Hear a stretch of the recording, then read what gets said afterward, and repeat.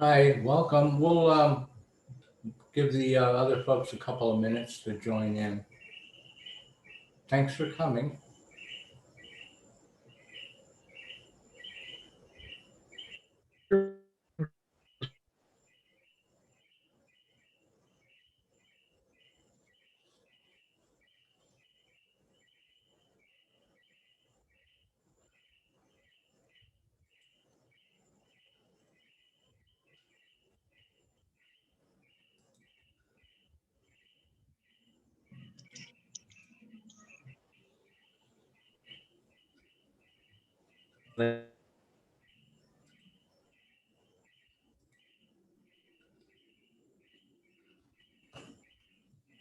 Well, hello, welcome everyone. Got new faces here. Nice to see you.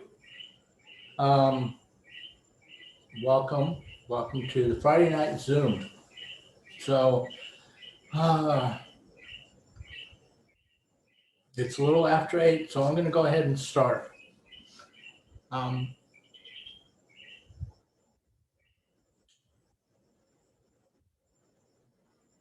I thought tonight I would talk about um, breath work from a polyvagal informed perspective, polyvagal theory informed breath work. So,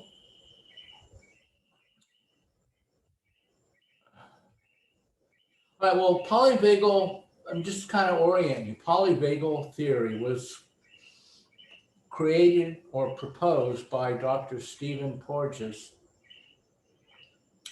um, basically as a way of explaining his empirical observations, because that's how it started. He was looking at the vagus nerve, which is a nerve in the human body. It's the major component of the parasympathetic nervous system, and it's the longest cranial nerve and the most extensive of all the nerves. It goes all through your body. It interfaces with almost every major system, maybe except for the adrenals. It connects to your eyes, your ears, your lungs, your bronchial tubes, your liver, gallbladder, kidney, intestines, small intestines, heart. So it gets around and it has a impact or an effect on every part of your body. And so that's the vagus nerve, which is the main component of the parasympathetic nervous system. And the parasympathetic nervous system is one of the two components of the autonomic nervous system. The autonomic nervous system consists of the sympathetic nervous system and the parasympathetic nervous system. And so Dr. Porges proposed polyvagal theory to explain his observation, his discovery. Um, for the longest time, we thought that the vagus nerve was just one nerve. And in early 1990s, around 1993, Dr. Porges was looking at the vagus nerve and was like, hold on, what's this? And he found a second nerve complex, a second kind of nerve fiber in the vagus nerve that was completely different from the one that everyone already knew about. And, you know, it seems like this is a long time ago, back in 1993 when he discovered this. But, you know, that gives you an idea of how long it takes for things to get out of the laboratory and empirical observation and out into, you know, first of all, mainstream medicine, and then out into the public sector, the public area, which is, you know, but it's good that it finally has gotten out of gotten into the public area, because the old way of thinking has already influenced all of us, and because it's been out in the public consciousness for a while. So, you know, you probably have heard of these ideas like fight or flight, rest and digest, freeze or faint. All of those, you know, cliches that you probably got in school somewhere along the line, came out of the old understanding of how the nervous system works. And the new understanding, based on Porges's discovery in '93, is just now getting out there. So the old understanding was that the autonomic nervous system, which is the part of your nervous system that controls all the automatic functions, like your heartbeat, your digestion, um, everything that happens in your body automatically that you don't have to take control of and run, is controlled by the autonomic nervous system. And so that's where breath work comes in. The autonomic nervous system controls your breathing, because usually you don't even pay any attention to your breathing. Your breathing happens automatically. You don't have to remember to breathe. It's going to happen whether you're thinking about it or not. So just like your heartbeat, just like your digestion, it happens automatically whether you are paying attention or not. But breathing is the one function that we can take conscious voluntary control over. You can change your breathing. You can choose to breathe faster or slower, more deeply or more shallowly. And so the autonomic nervous system controls the breathing, so it's connected to the breathing, but that connection runs both ways. It turns out if you take voluntary conscious control of your breathing, you can affect the autonomic nervous system. And so that's an amazing thing. And it's the only way we have of taking control of our autonomic nervous system. And you'll see the importance of that as we get into this. So the autonomic nervous system consists of the sympathetic nervous system and the parasympathetic nervous system. So the sympathetic nervous system is like the gas pedal. You can think of it as the gas pedal. It's when you get charged up, when the adrenaline is flooding into your body and you're souped up for action, the gas pedal is on. So, and all of this is sort of like an evolutionary response to threats to our survival. So, for example, your ancestor was out in the jungle and a saber-toothed tiger started running towards him. The sympathetic nervous system would kick in. The gas pedal would be floored. His body would be flooded with adrenaline. His heartbeat would speed up. The digestion would get totally shut down, because you don't need to be digesting food while you're trying to get away from a saber-toothed tiger. And so that is what is known as the fight or flight response. So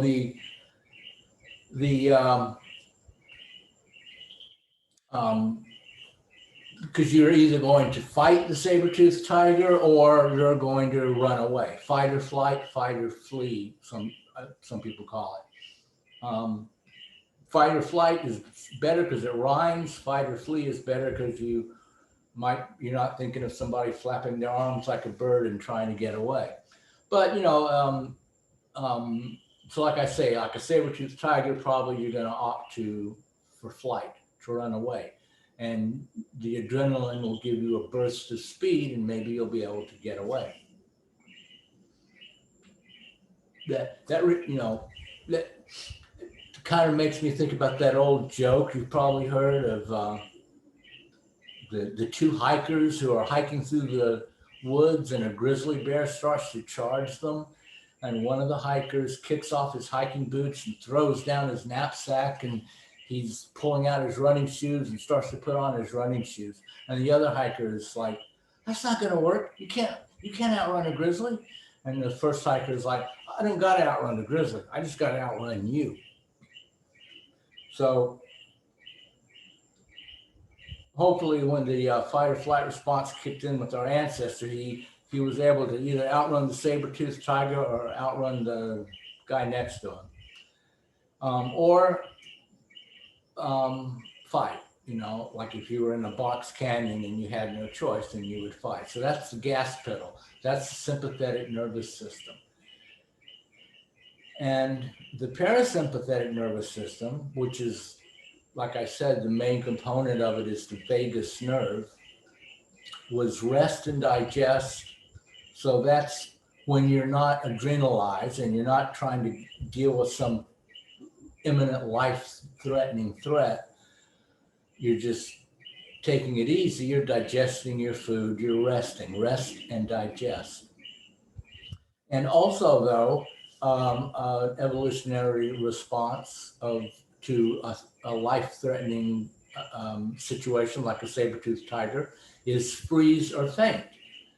And that's where you actually just become immobilized in the face of a dire emergency, or you actually faint. And there's also an evolutionary utility in that response as well. Sometimes if you freeze, the predator can't see you because you're not moving. And sometimes if you faint, the predator thinks you're dead, and some predators don't want um, dead prey. So the animal, and there's animals that do this, and they're not playing dead. There's nothing voluntary about it. It's a response. So it's the faint response. So you'll see like a mouse in a cat's mouth, completely limp, and it is not playing dead, trying to trick the mouse. The the parasympathetic response to imminent threat to life of faint has kicked in. And this mouse is now actually simulating death. Its heartbeat and respiration go way down. And that's governed by the vagus nerve, which is the primary component in the parasympathetic nervous system. Like I said, that's the brake. The parasympathetic nervous system is the brake. You either put the brake on partially for rest and digest, or you slam it to the ground for faint. And sometimes the mouse in the cat's mouth will actually die from its own faint response. It imitates death by slowing down the heart and respiration rate so much that sometimes they actually kill themselves doing that. So there's nothing, it's not like they're playing dead. When you hear about animals playing dead, or a deer getting frozen in the headlights, that is a shutdown response governed by the vagus nerve in the parasympathetic system, putting on the brakes as a way of dealing with this threat. And it's a lot of times it works, which is why it got passed on to future generations. So the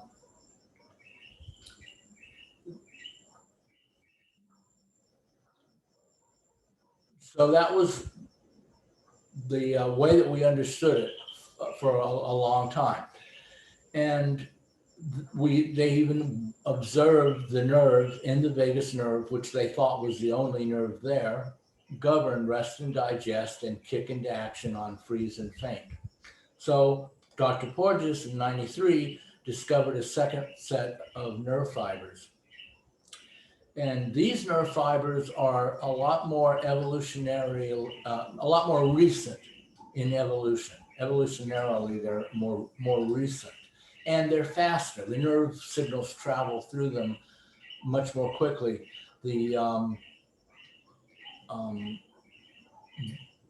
Because they're insulated. They're myelinated. They have a sheath around them. Whereas the other nerve fiber that we've always known about is uninsulated, and so the nerve signals travel much more slowly.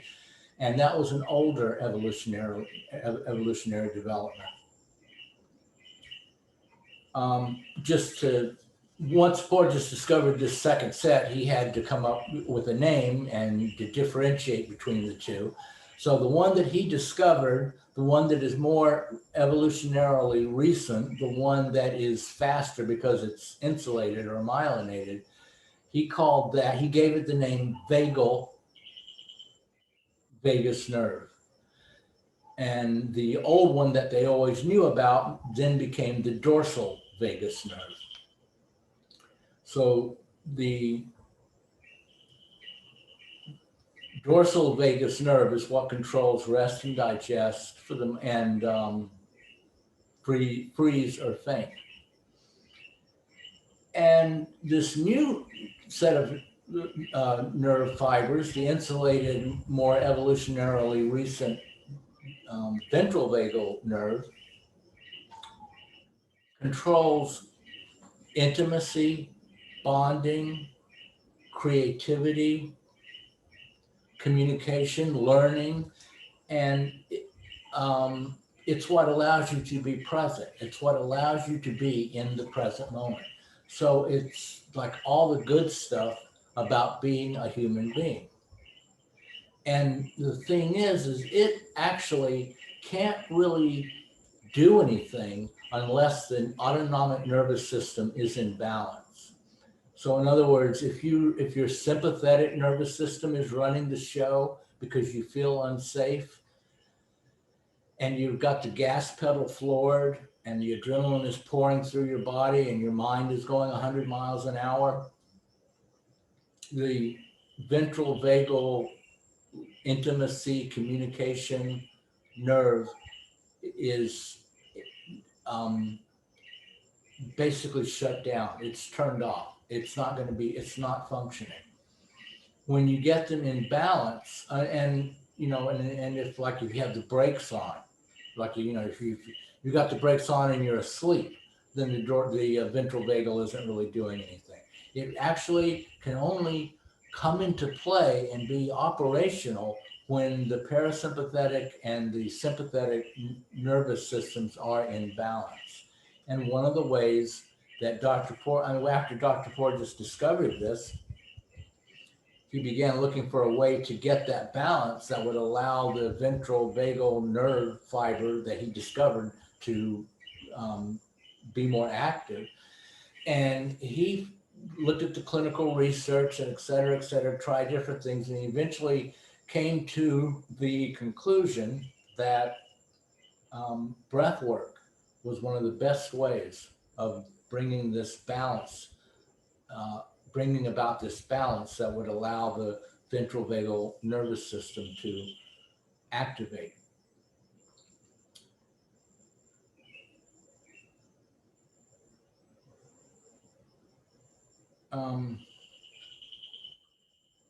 He also actually, a close second is expressive dance therapy.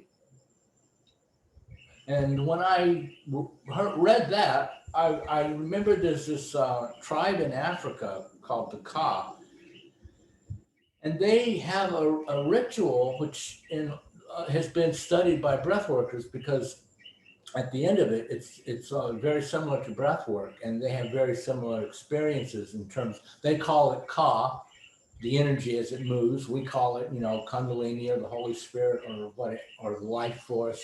They called it Ka. Their technique was they do like a trance, all the men. The women are beating the drums and chanting, and the men are dancing in a circle for like 15 hours, nonstop. And somewhere in there, their breathing changes and they begin to go in a conscious connected breathing rhythm. So, if breath work and if Porges found that breath work and expressive dance therapy were the two best ways to activate this new nerve complex in the vagus nerve, then the Ka might be onto something, because they've combined the two, dancing and then the breathing at the end.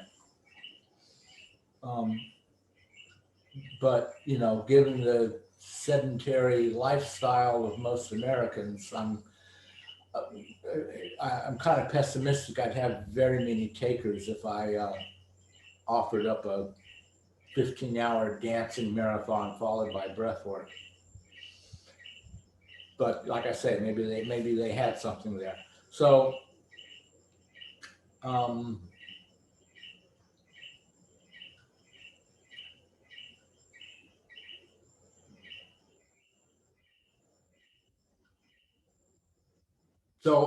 So basically what you're aiming for is balance.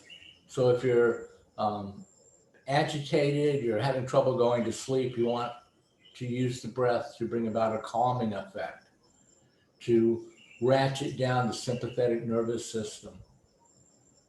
On the other hand, if you're like really tired and you've got a lot of work to do, then you want to use an energizing breath to get yourself going again. So, I mean, so I want to just I want to teach you some techniques for calming and energizing and balancing or centering. So the first breath technique is a calming technique. And the simplest calming technique is simply to be conscious of your breath. You don't even have to change your breath. You don't have to breathe in any particular way or any particular pattern. If you simply,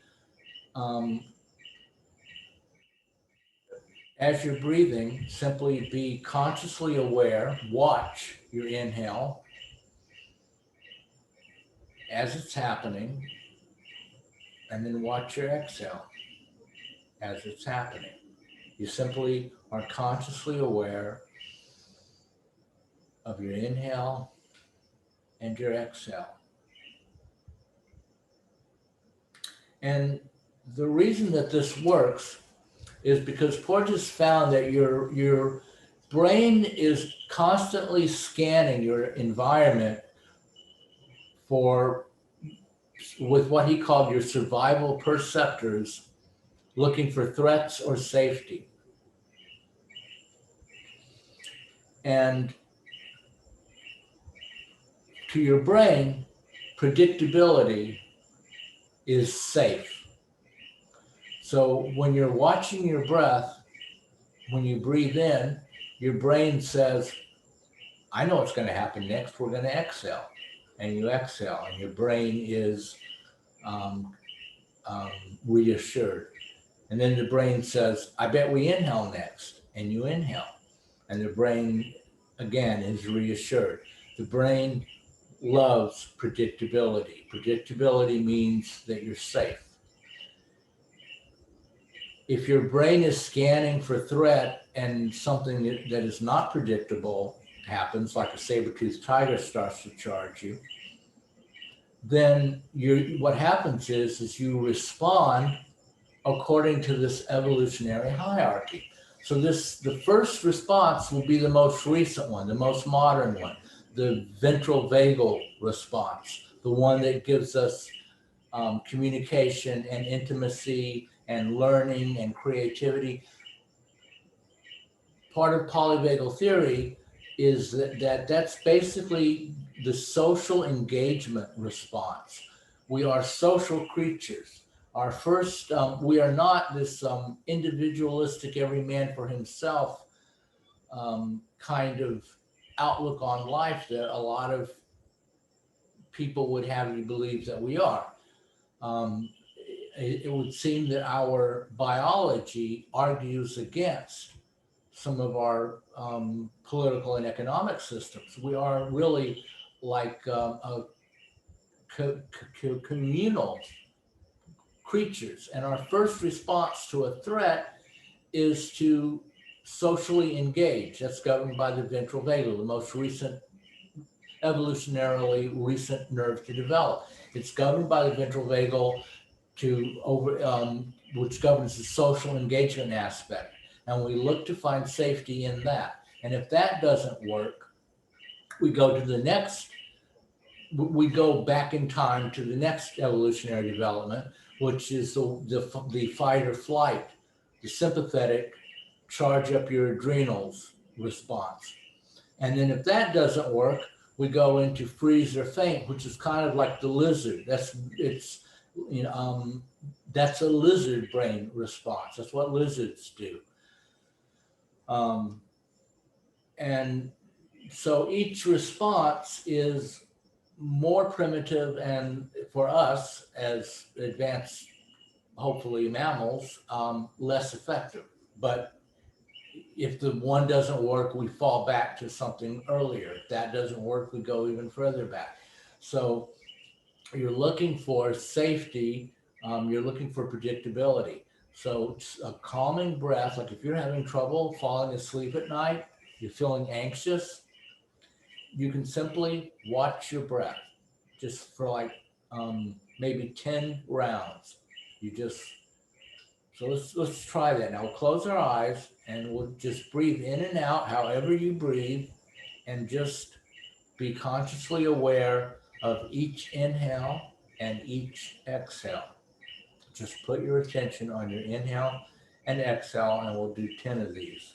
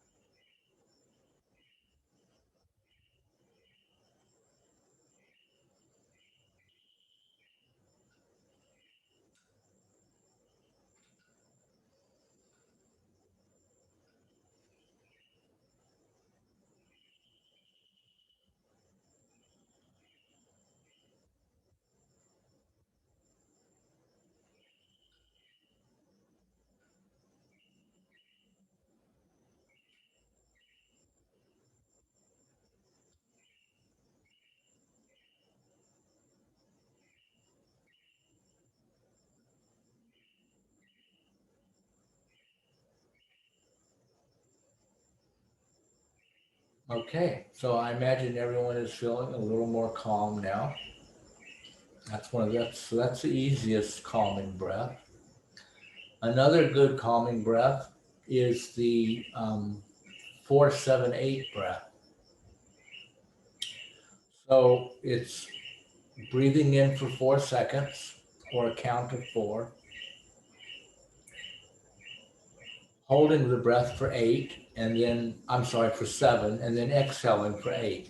4-7-8. Couple of things.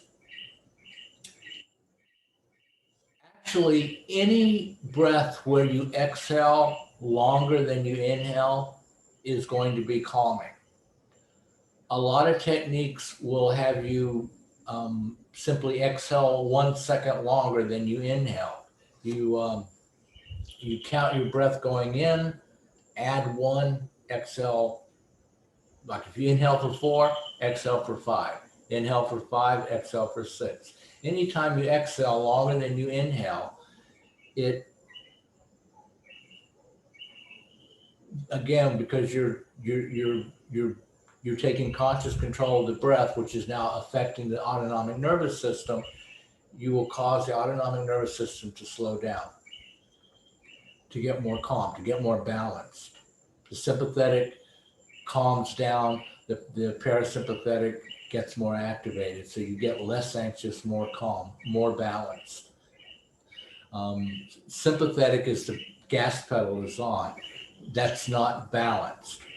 A lot of people spend, because of the way we live, spend their whole lives caffeinated. So that every day they're caffeinated. But they're really living in an unbalanced mode 24/7, or at least 16 hours out of every day. So any breath, any technique where you exhale longer than you inhale will be calming. And a lot of techniques, such as this one, like you to exhale twice as long as you inhale.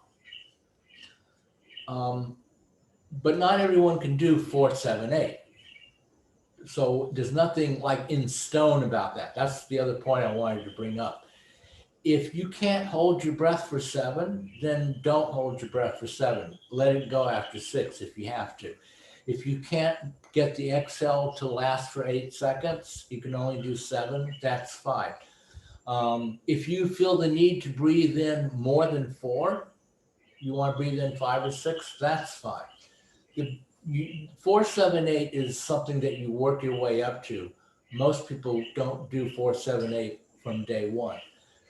And so that's like the goal. But the idea to keep in mind is you want the exhale to be twice as long as the inhale. And then you hold your breath just 1 second less than your exhale is going to be. So if you breathe in for 5 seconds, you're going to exhale for 10, and you're going to hold your breath for 9. If you breathe in for 3 seconds, you're going to exhale for 6 and hold your breath for 5.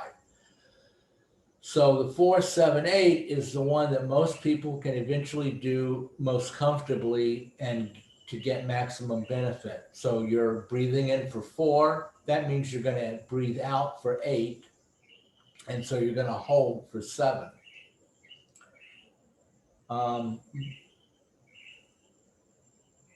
But the main thing is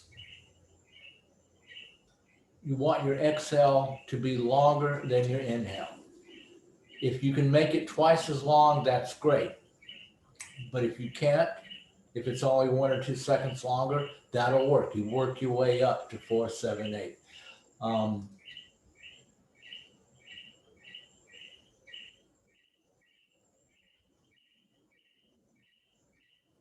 And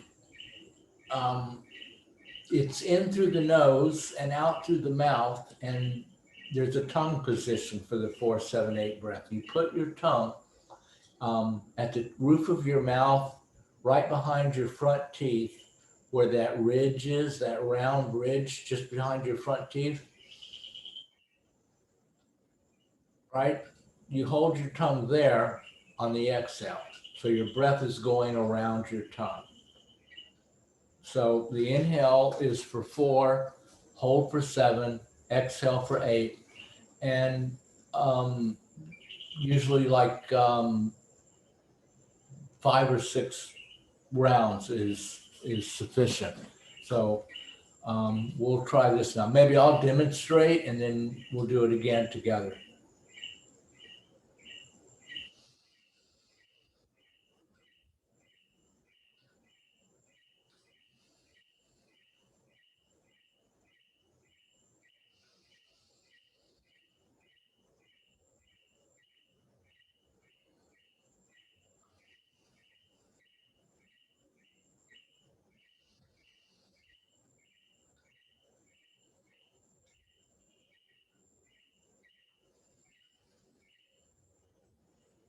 So again, in through the nose for 4, hold for 7, exhale for 8, and exhale through the mouth around your tongue, because your tongue is up against the roof of your mouth on that ridge just behind your upper front teeth. So let's start. We'll do it together.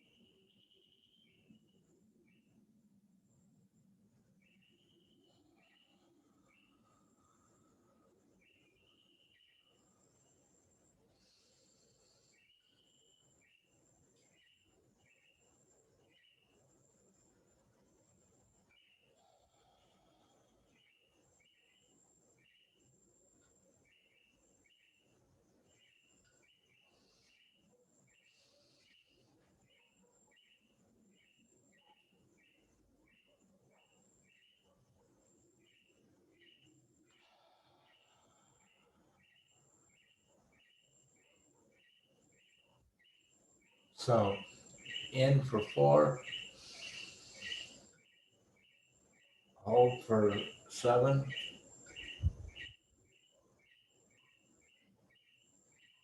exhale for 8 over the tongue.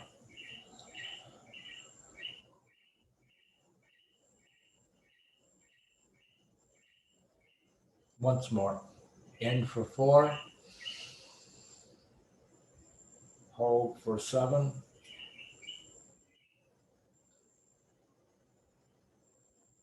Exhale around the tongue for 8.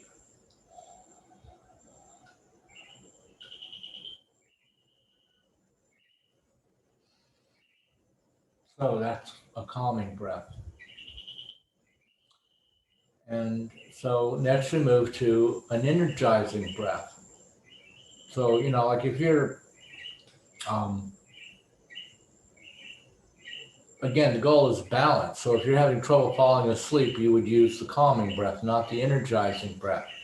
On the other hand, if you, really tired but you've got stuff you have to do, then you would want to use the energizing breath. And the energizing breath I'm going to teach you is it's from pranayama. It's called the stimulating Kapalabhati breath, and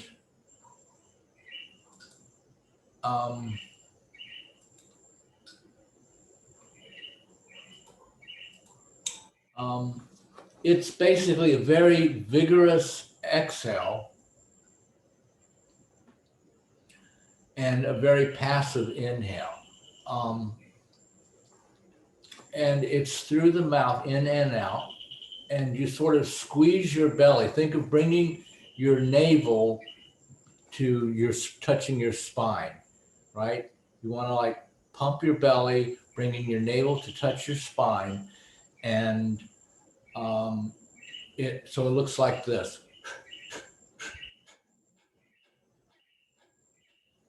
Right? Very forceful, vigorous exhale, and the inhale, you just relax and let the air come in. And you do like 9 rounds, and then you take 1 or 2 full breaths. So it would look like this.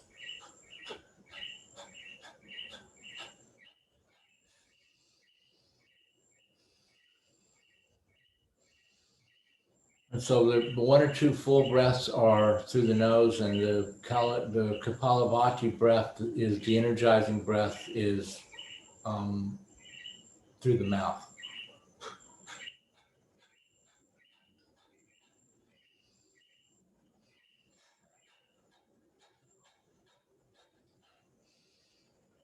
And so traditionally you do like 3 rounds of 9 for a total of 27, and you work your way up to 4 rounds of 27 for 108.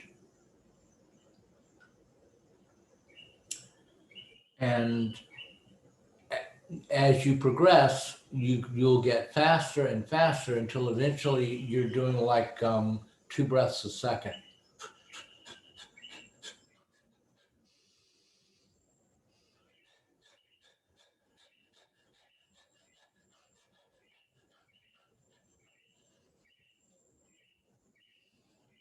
Word of warning: if you're like prone to anxiety, don't be very, very careful with this breath. Right? It's very energizing. It's very activating. And if anxiety is a problem for you, you want to really take it easy with this stimulating Kapalabhati breath. So that's an energizing breath. And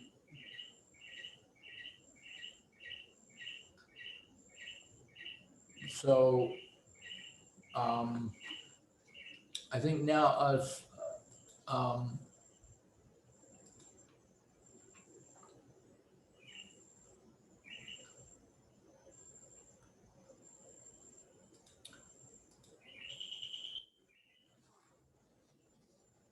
now we'll talk about a centering or a balancing breath. Well, so the first balancing, centering breath, I've basically already taught you. because it's the Kapalabhati breath, the energizing breath, done for 9 or 27 rounds, and then you immediately follow it with the 4, 7, 8 calming breath. And so this is really good for like meditation, where you want to be awake so you don't fall asleep during your meditation, but you don't want to be anxious and activated and your mind running 100 miles an hour. So you do the energizing Kapalabhati breath first, and then immediately follow it with the 4, 7, 8 calming breath. So that's the center, that's the first centering technique. The second centering technique is, it's actually one of the easiest, and it's ironic because it probably has more clinical studies done around it than any other breath, but it's actually one of the most, one of the simplest. It's called coherent breathing. It was invented by Stephen Elliott.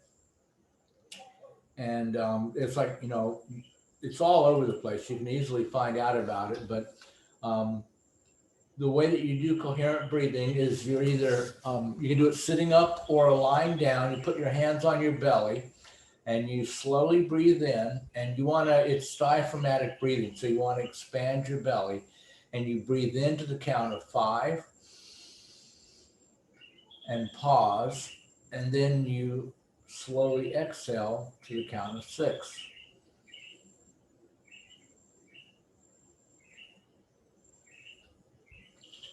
And, you know, that should sound familiar to you because, like I said, a lot of techniques that are calming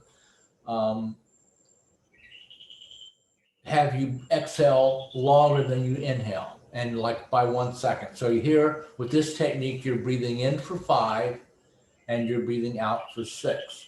But it's also something particular about 5 and 6. If you breathe in slowly for 5 and breathe out slowly for 6, eventually your breathing will get in resonance with your heartbeat. That's why it's called coherent breathing. Your system gets into overall system coherence. And so that is why it is considered a centering, balancing breath as opposed to just a calming breath. So you breathe in for 5 and breathe out for 6. And it's not a fast 5 and 6. It's a slow 5 and 6 because you're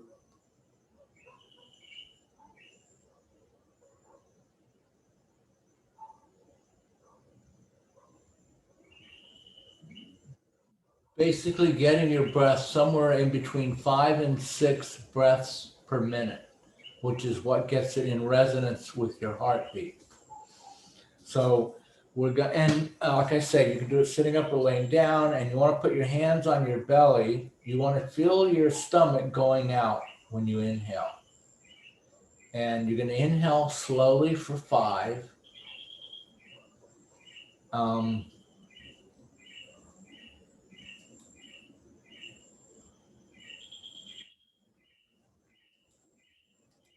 And there's a slight pause. This is not connected breathing. And then you exhale slowly for 6. And you want to work your way up to being able to do this 10 or 20 minutes a day. So we'll do a few moments now of coherent breathing. Let's see if I can count. If I can, yeah, I'll try to count. So we'll begin with the 5. Breathe in for 5. Pause. Breathe out for 6.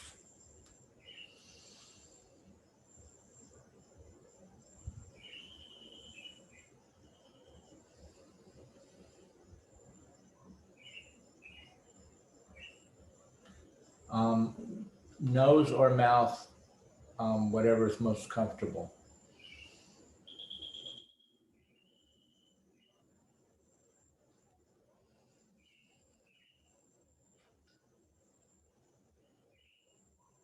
So breathe in, 1, 2, 3, 4, 5, pause, out, 1, 2, 3, 4, 5, 6. In, 2, 3, 4, 5. Out, 2, 3, 4, 5, 6. In, 2, 3, 4, 5.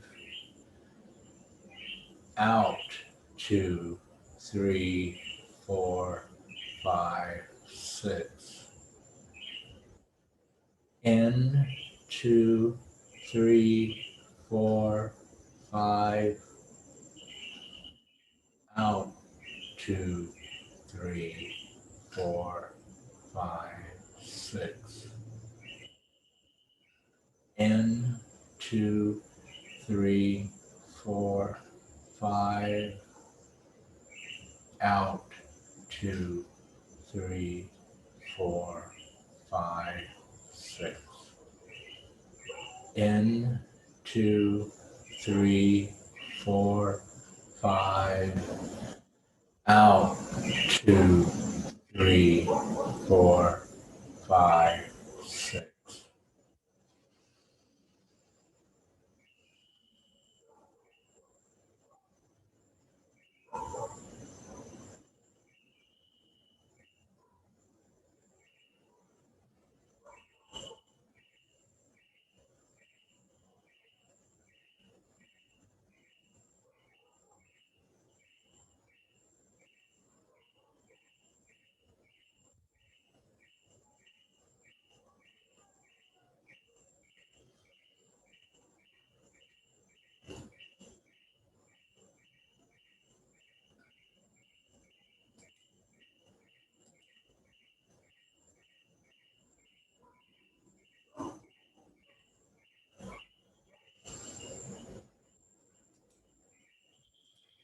So that was the calming breath. The first one is just to be aware of your breath as it goes in and out, because predictability is key. Predictability makes you feel safe.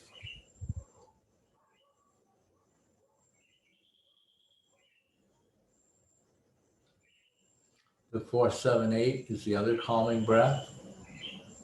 Breathing in for 4, holding for 7, breathing out for 8. The Kalibati energizing breath, the pumping action for first 9, then 27, then eventually 108 rounds. The balancing breath, which is the Kalibati followed immediately by the 4, 7, 8, which is good for meditation. You get calm, your mind is calmed down, but you're not drowsy either. And then coherent breathing, which is also good for getting ready for meditation, which is also a centering breath. And again, balance.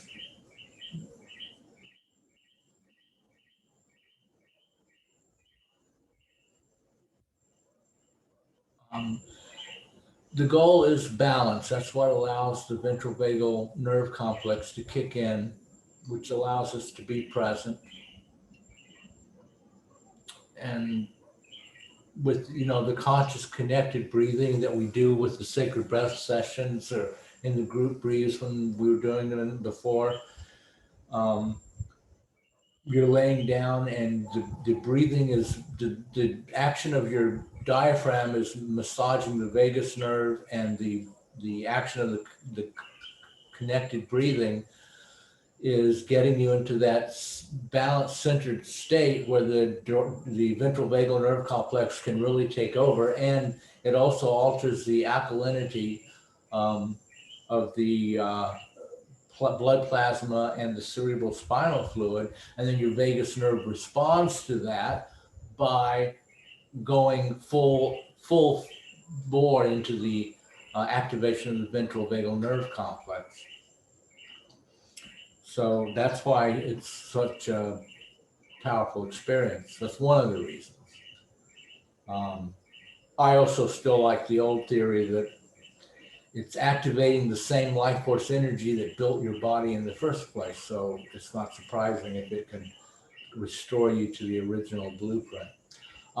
So I recorded this, and I'm going to put it up on YouTube so that you have if you have any questions about technique, you can just go there and watch the video, and that way you don't have to take notes or anything. I mean, you don't have to remember. But if anybody has any questions right now or anything else you want to talk about, or let me know if you enjoyed the tonight's breathing, and do you feel better? Do you feel relaxed or energized or centered or?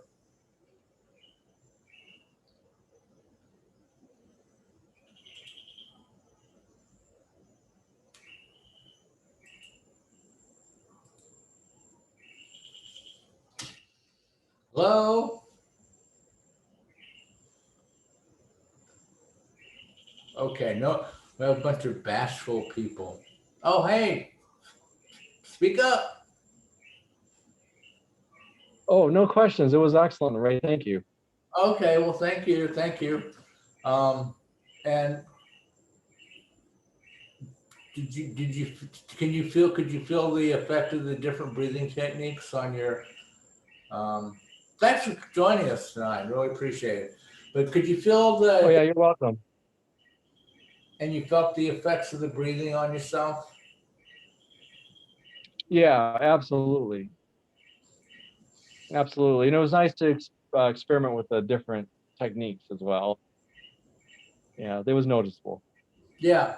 And that's just, I'm showing it to you. So we're only doing like, 9 rounds. When you take this home and work with it, you're going to be, you want to eventually be doing it 10, 20 minutes a day, and just pick, you want to get good enough at all of them so that in your day, if something comes up, you know which technique you can use. Like, you don't want to be, oh, I'm all stressed out because the cop is pulling me over. Which, am I supposed to use the Kali Bati or the 478? Which one am I, and like you're like and like running home asking that doesn't work. You want to you want to practice the techniques enough that you know them well enough that if you get blindsided by something out of the blue and you need a breathing technique, immediately which one you need and how to do it. And they're not that complicated. It's just, if you if you close off the Zoom tonight and you don't think about any of this for the next 3 months, you're not going to know it. But if you just take 20 minutes a day to practice it a little bit, practice each one, get comfortable with them, and then it'll be like riding a bicycle. Once you've learned, you never forget, even if it's years before you ever are on a bicycle again.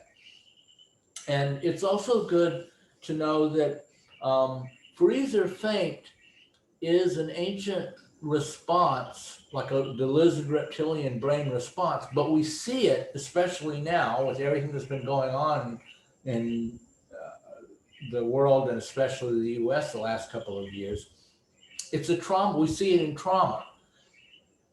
People may not actually faint dead on the floor, but it's like a hybrid state. We know we can't just faint, but so we keep moving, but there gets to be a dissociation, a numbness. There's a trauma component of numbness and dissociation, which is basically, this is part of the Porges's polyvagal theory when he was, trying to account for his findings. that there's a trauma response that is dissociation and numbness, and that is like our version of the faint response. And when the faint response is kicked in, your ventral vagal nerve complex is totally turned off, right? So your social engagement skills are at zero. So you perceive everything as a threat. So that is why you will have somebody who's totally numb and dissociated dealing with their trauma, and someone, a caregiver, a first responder, a social worker, or a emergency services counselor tries to work with them, and they're rebuffed. They don't want anything to do with you because they see you as a threat. It doesn't matter how warm and loving you try to be, their social engagement ventral vagal nerve complex is completely shut down. They are in total dissociation, and they are going to perceive you as a threat. So one of the key realizations of polyvagal theory for people, for working with people in that kind of condition, is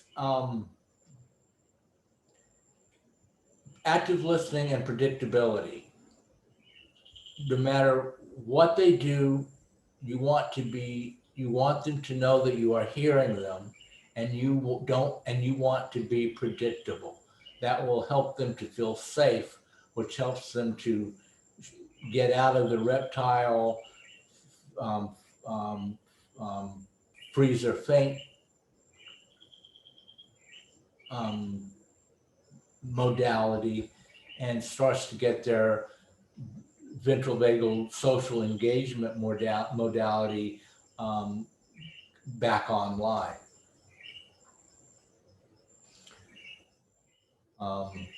So it's just, I think it's good to know that sometimes,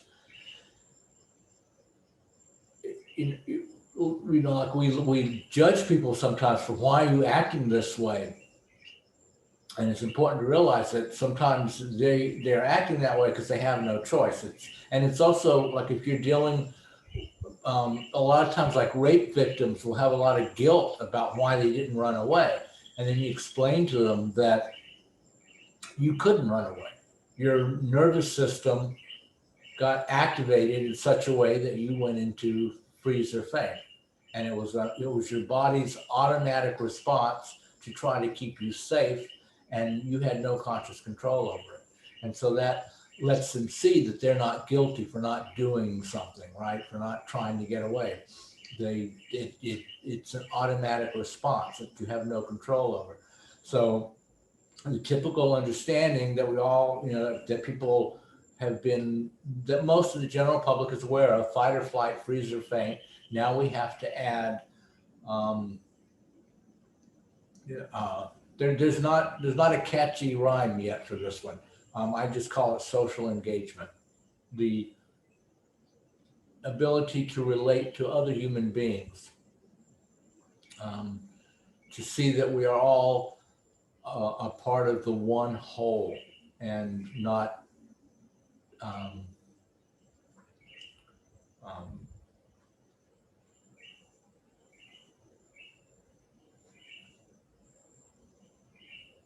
well, it's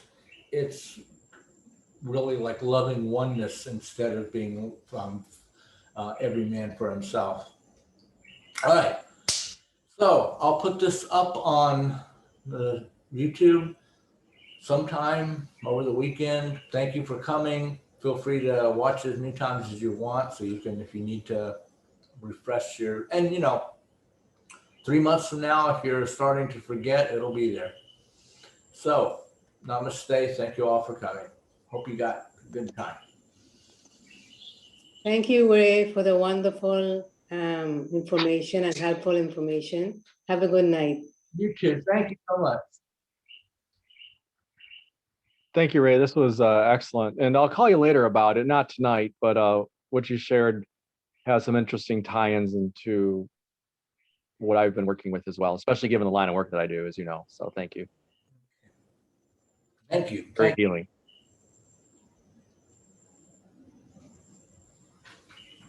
Good night.